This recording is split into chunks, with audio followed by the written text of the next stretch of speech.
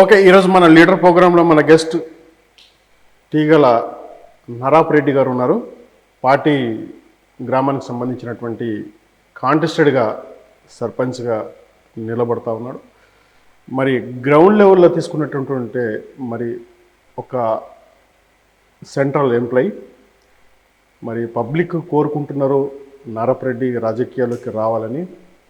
మరి తాను కూడా ఆసక్తికరంగానే చెప్తున్నారని చెప్పొచ్చు. ఏంది మరి రాజకీయాలకు నరాప్ రెడ్డికి ఉన్నటువంటి సంబంధాలు ఏంటి అనే అంశం పైన మనం ఈరోజు తెలుసుకుంటాం.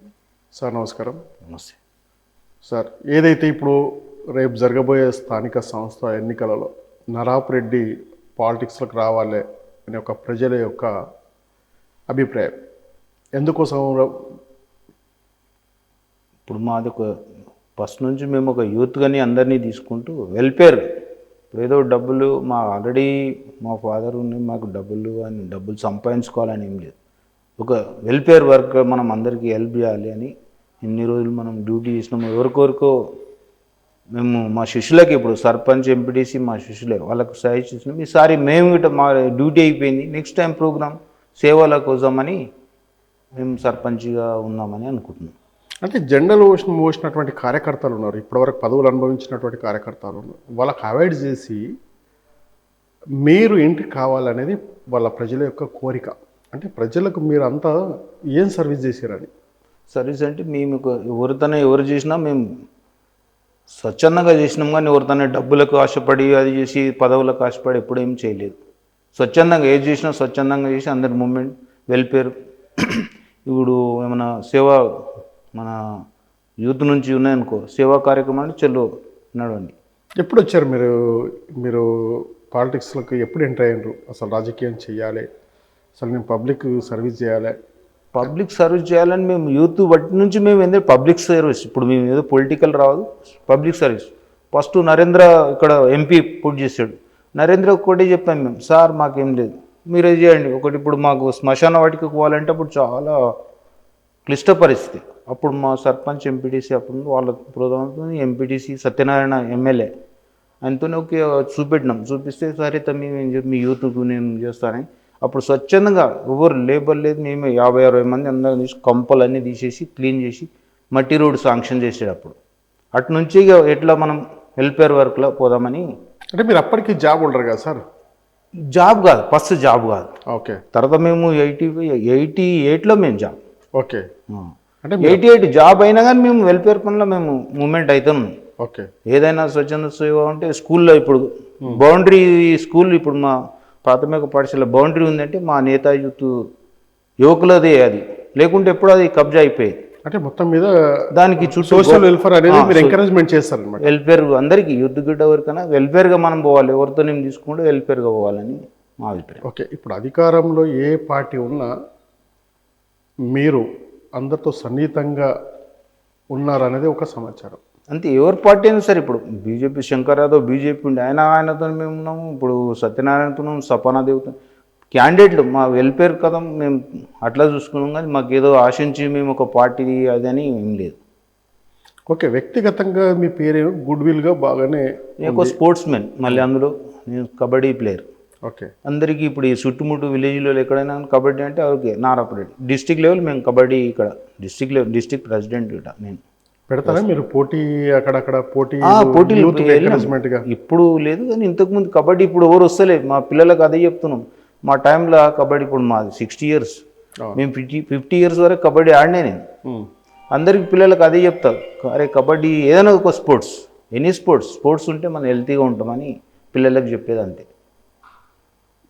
ఇప్పుడు ఏం చెప్తారు? ఇప్పుడు యూత్కి ఏం చెప్తారు? ఇప్పుడు ఏదైతే మీరు ఒక జాబ్ హోల్డర్ నుంచి మీరు పాలిటిక్స్కి ఎంటర్ అవుతున్నారో, అసలు జాబులు ఉన్నటువంటి థిక్నెస్ ఏంటిది, జాబులు ఉన్నటువంటి ఒక థ్రిల్ ఏంటిది, తర్వాత రాజకీయాలు ఉన్నటువంటి థ్రిల్ ఏంటిది? థ్రిల్ అని ఏం లేదు సార్. ఇప్పుడు మనం ఎట్లాగే ఉన్నాం, మన ఊర్లో చాలా ఇప్పుడంతా ఎట్లా పాలిటిక్స్ పెట్టేసి మొత్తం అందరు పిల్లలంతా చెడిపోతున్నారు. యూత్ ఇప్పుడు ఏంటంటే ఎలక్షన్ రాగానే కథం, వాళ్ళు ఎలక్షన్ కానీ వాళ్ళని యూజ్ చేసుకున్నారు, వాళ్ళని ఎక్కడో కొందరంటే మొత్తం వాళ్ళ లైఫే అదే అయిపోయింది. అట్లాంటి కాకుండా మనం ఏంటంటే యువతను కాపాడుకోవాలి. మనం ఇది అన్నీ ఉన్నారు వాళ్ళ అది వద్దురా బాబు, మనం మంచి మార్గంలో పోయి మనం ఊరు మంచిగా ఉంటుంది, మన యూత్ మంచిగా ఉంటే ఊరు మంచిగా ఉంటుంది, దాంట్లో మనం పోవాలని మా.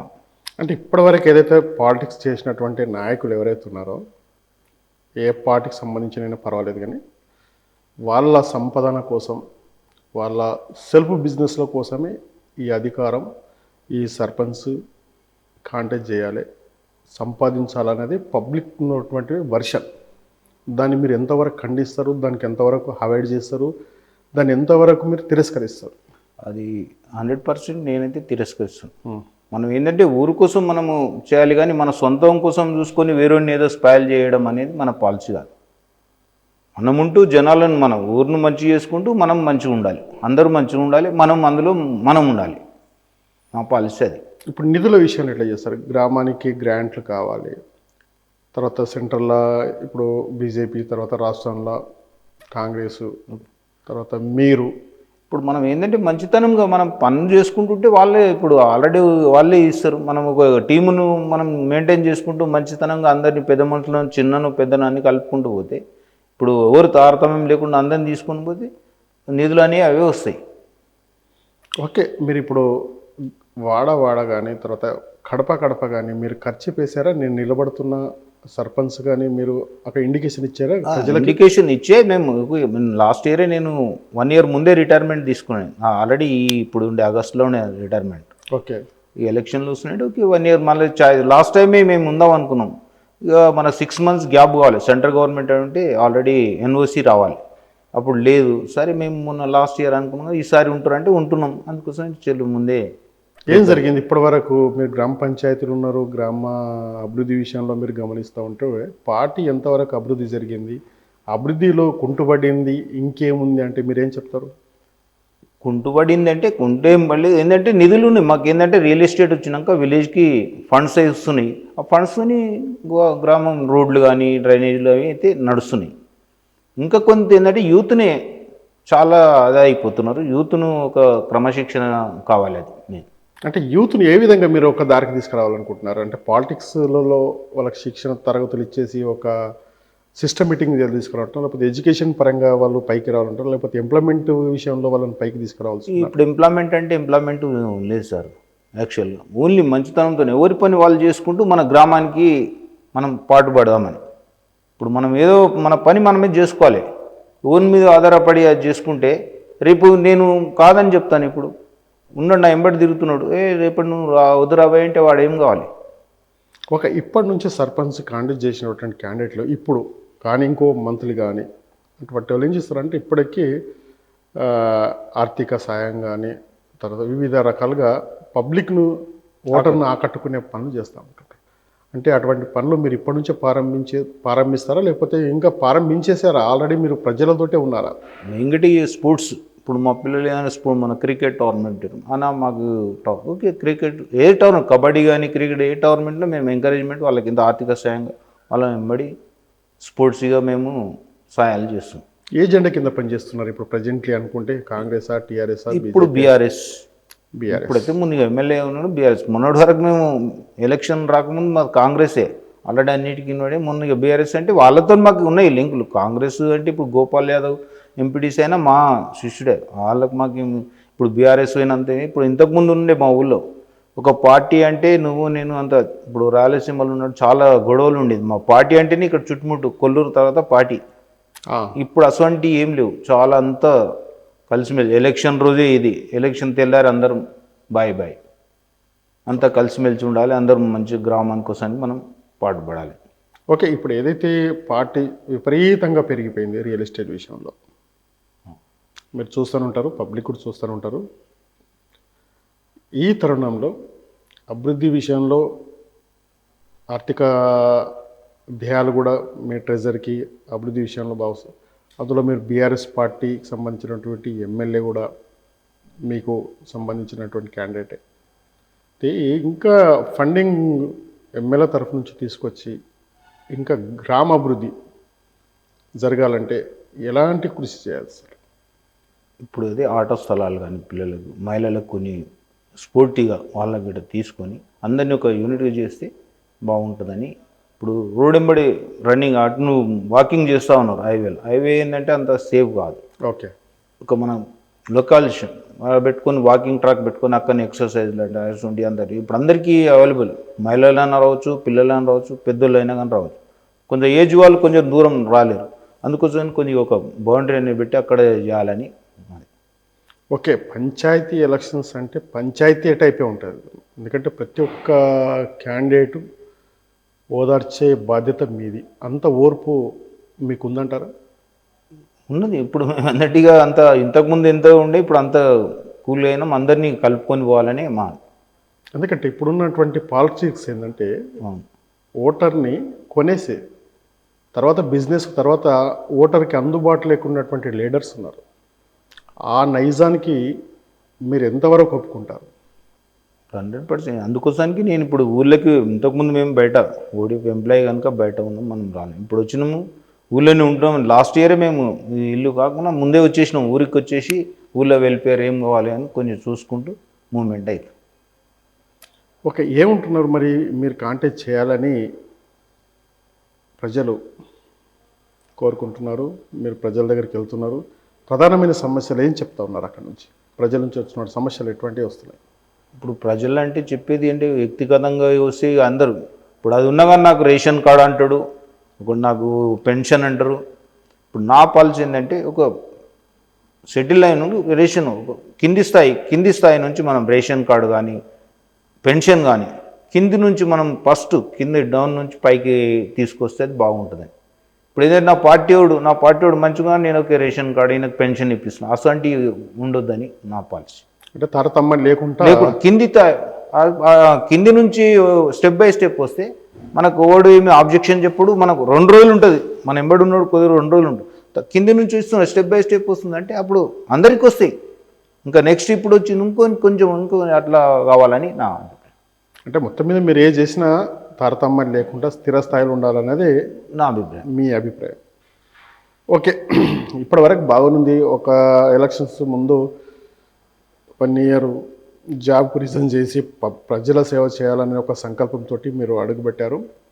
మరి ప్రజల నుంచి వివిధ రకాలుగా ఆరోపణలు వస్తాయి.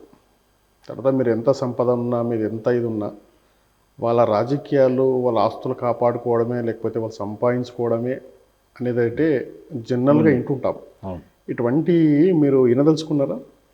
ఎందుకంటే మీరు ఇప్పటివరకు వైట్ పేపర్ లెక్క ఉన్నారు. ఇటువంటి మచ్చలు తెచ్చుకోదలుచుకున్నారా? అటువంటివి ఉండొద్దు. చూస్తుంటారు కదా మీరు నాయకులు అంతా చేసేదంతా చూస్తున్నాం. ఓకే, ఇప్పుడు మా దగ్గర నడుస్తున్నాయి ఎక్కడైనా అట్లా నాతోనే అటువంటివి కాదు. నేను ఇంతవరకు ఇట్లా ఎవరితోనే మేము మా యూత్ నుంచి ఇటే ఎవరికి మాకు పిల్లలకు జాబ్ పెట్టేయండి. ఇప్పుడు ఆల్రెడీ ఇంతకుముందు నరసింహారెడ్డి, రామచారెడ్డి అప్పుడు ఎమ్మెల్యే ఉన్నప్పుడు మా మామని వచ్చిండు, ఇప్పుడు ఎమ్మెల్యే వాళ్ళ ఫాదర్.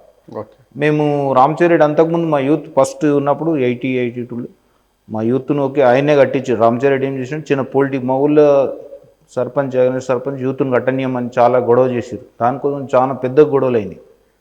దానికోసం చాలా పెద్దగా అయినాయి. అదైతే దానికోసానికి మేము పాటుపడి ఆ యూత్కు స్థాపించడానికి మెయిన్ ఒక 5గురం, దాంట్లో నేను ఒకటి. మెయిన్ అంటే నేను, మా బ్రదర్స్ గిట్ట నాకు ఫుల్ సపోర్ట్. యూత్ ఎందుకు వద్దు, అరే యూత్ పిల్లలు ఏదో 4 కూర్చుని నీకు ఏమవుతుందంటే సరే వద్దు, యూత్ కట్టొద్దు. ఎందుకు కట్టొద్దని మేము దాని మీద కూర్చొని ఆల్రెడీ కన్సల్ట్ చేసినాం. రామచరెడ్డి మాకు సపోర్ట్ చేసింది. నెక్స్ట్ ఆయనకు హెల్ప్ చేసిన గెలిచిన తర్వాత సార్ మీకు హెల్ప్ చేసినాం, మా పిల్లలకు అన్ఎంప్లాయ్మెంట్ జాబ్ కావాలి. జాబ్ అంటే ఆయన వేరే రామచరెడ్డి స్టైల్ ఎట్లుంటుందంటే వచ్చిండు మా ఊళ్ళో పంచాయతీ ఉంది, మా పెద్ద మనుషులు అందరూ ఉన్నారు, మా యూత్ ఇట్లా చెప్తుండు సార్ అందరూ బాగా పనిచేశారంటే.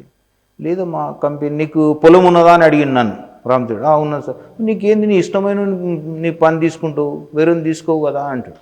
అనేవారు మా యూత్ అంతా పిల్లలు ఎలక్షన్ ముందేమో నీకు ఇప్పిస్తాను, ఇప్పుడు ఇట్లా చేశాను గొడవ చేసి వెళ్ళిపోయాడు. నెక్స్ట్ టైం మేము చేంజ్ అయిపోయి టీడీపీ వెళ్ళిపోయాను, సహస్రెడ్డి. ఇక సహస్రెడ్డితో మా సర్పంచ్ 2 టర్ములు అయినాం. ఇంకో 3వసారి మాకు మా యూత్ ఫుల్ సపోర్ట్. సర్పంచ్ ఎవరికి చేసినా అంతా స్వచ్ఛందంగా డబ్బులు తీసుకొని తాగుడు, ఒక ఛాయ్ అంటే ఛాయ్ తాగి అంతే. అప్పుడు ఎంత ఈ లిక్కర్ అవి లేవు మాకు, ఉన్నా కానీ ఎవరు మా యూత్ చాలా మాకు అవాయిడ్. ఓకే, ఇప్పుడు మా యూత్ ఇప్పుడు వినాయక చవితి కానీ బోనాలు ఇట్లా మా ఊళ్ళో ఇంతకుముందు ఎట్లా ఉండే, ఒక ఇయర్ మనం చేసి ఇంకో ఇయర్ వేరే క్యాస్ట్ చేసేవాళ్ళు. రెడ్డీసు యాదవ్లు ఒకసారి చేస్తే గౌడ్స్ మున్నూరు కాపు ఒక ఇయర్ 2 ఇయర్స్కి ఒకసారి ఉండే పండగ. ఓకే.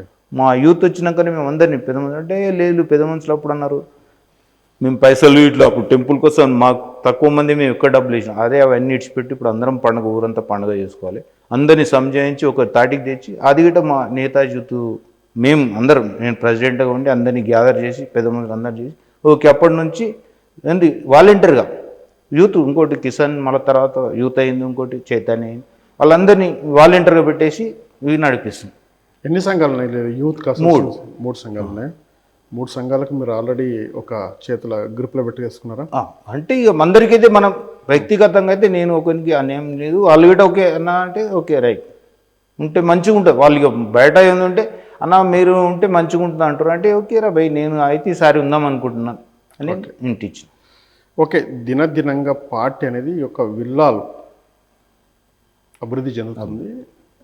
ఈ తరుణంలో ఇక్కడ ఉన్నటువంటి లీడర్స్ కావచ్చు వాళ్ళ దగ్గరికి వెళ్ళి పెద్ద మొత్తంలో డబ్బులు కావాలి అంటే డామినేట్ కూడా మాకు వచ్చినటువంటి సమాచారం. అదే మీరు ఎలక్ట్ అయిన తర్వాత ఇదే ఉంటుందా, మార్పు ఉంటుందా?